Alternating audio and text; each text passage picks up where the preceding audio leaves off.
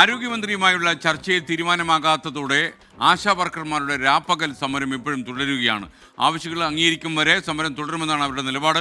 അതേസമയം ആരോഗ്യവകുപ്പിന് മാത്രമായി ഒരു തീരുമാനമെടുക്കാൻ കഴിയില്ലെന്നാണ് മന്ത്രി വീണ ജോർജ് എടുത്തിരിക്കുന്ന നയം. MG പ്രതീഷ് വീണ്ടും ചേരുന്നു. പ്രതീഷ്, യഥാർത്ഥത്തിൽ ഇന്നും ഈ ആശാ വർക്കേഴ്സിൻ്റെ സമരം തുടരുകയാണ്.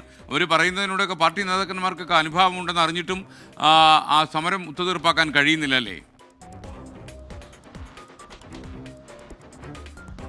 തീർച്ചയായും കഴിഞ്ഞ 8 ദിവസമായി ഈ ആശാ വർക്കർമാർ സെക്രട്ടേറിയറ്റ് പടിക്കൽ രാപ്പകൽ സമരത്തിലാണ്. സർക്കാരിൽ നിന്നൊരു അനുകൂല തീരുമാനം ഉണ്ടാകുമെന്ന പ്രതീക്ഷയിലാണ് ഇവർ ഇപ്പോഴും സമരം തുടരുന്നത്. പക്ഷേ കഴിഞ്ഞ ദിവസങ്ങളിൽ ആരോഗ്യമന്ത്രിയുമായി നടത്തിയ ചർച്ചയിലൊന്നും തന്നെ ഒരു തീരുമാനവും ഉണ്ടായിട്ടില്ല. പ്രധാനമായും ഇവർ 3 ആവശ്യങ്ങളാണ് ഉന്നയിച്ചു വന്നത്. അത് ആശാമാരുടെ ഓണറേറിയം 21,000 രൂപയാക്കി ഉയർത്തണമെന്നതായിരുന്നു ആശമാരുടെ പ്രധാനപ്പെട്ട ആവശ്യങ്ങളിലൊന്ന്. മറ്റൊന്ന്, ആശമാർക്ക് വിരമിക്കൽ ആനുകൂല്യമായി 5 ലക്ഷം രൂപ നൽകണമെന്ന് ഇവർ ആവശ്യപ്പെടുന്നു. ഈ ഓണറേറിയത്തിന്റെ മുഴുവൻ മാനദണ്ഡങ്ങളും പിൻവലിക്കണമെന്നതാണ് പ്രധാനമായും മറ്റൊരു ആവശ്യങ്ങൾ. പക്ഷേ ഈ ആവശ്യങ്ങളോടൊക്കെ തന്നെ സർക്കാർ മുഖം തിരിക്കുന്നു എന്നതാണ് പ്രധാനമായും ഇവർ ചൂണ്ടിക്കാണിക്കുന്ന കാര്യം. ഇനി സർക്കാരിൽ നിന്നൊരു അനുകൂല നിലപാട് എപ്പോൾ ഉണ്ടാകുമെന്ന ഒരു കാത്തിരിപ്പ് കൂടിയാണ് ഇവർ. ഈ കഴിഞ്ഞ ദിവസങ്ങളിലൊക്കെ ഈ മന്ത്രിയുമായി ചർച്ച നടത്തിയിരുന്നു. അപ്പോൾ തനിക്ക് ചെയ്യാനുള്ള പരിമിതിയുണ്ട്, അല്ലെങ്കിൽ ആരോഗ്യ വകുപ്പിന് മാത്രമായി ഒന്നും ചെയ്യാൻ കഴിയില്ല എന്നതാണ് വീണ ജോർജ് പറയുന്നത്. അങ്ങനെ അത് ആദ്യമായിട്ടല്ല മിനിസ്റ്റർ അങ്ങനെ പറയുന്നത്. നമ്മൾ പലതവണ മിനിസ്റ്ററെ പോയി കണ്ടിട്ടുള്ളപ്പോഴും മിനിസ്റ്റർ അങ്ങനെ തന്നെയാണ് പറഞ്ഞിരിക്കുന്നത്. ആശമാരുടെ ഓണറേറിയം നൽകുന്നതിന് വേണ്ടിയിട്ട് ഒരു മാസം വേണ്ടി വരുന്നത് 24 കോടി രൂപയാണ്.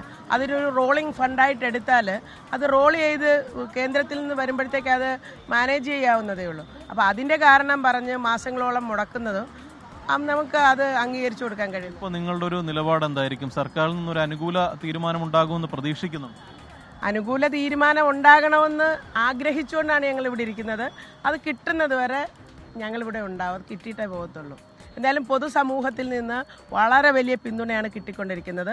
ഈ സമരത്തോടൊപ്പം പൊതുസമൂഹവും സുമനസ്സുകളായ മുഴുവൻ ആളുകളും വന്നു ചേരുമെന്നുള്ള 100% പ്രതീക്ഷ ഞങ്ങൾക്കുണ്ട്.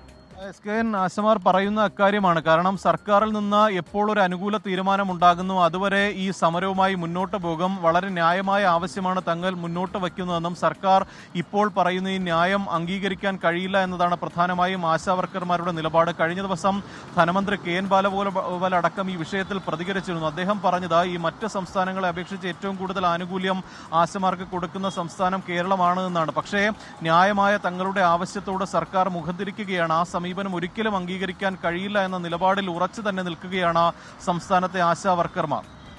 ഓക്കെ, പ്രതീക്ഷയാണ് വിവരങ്ങൾ നൽകിയത്.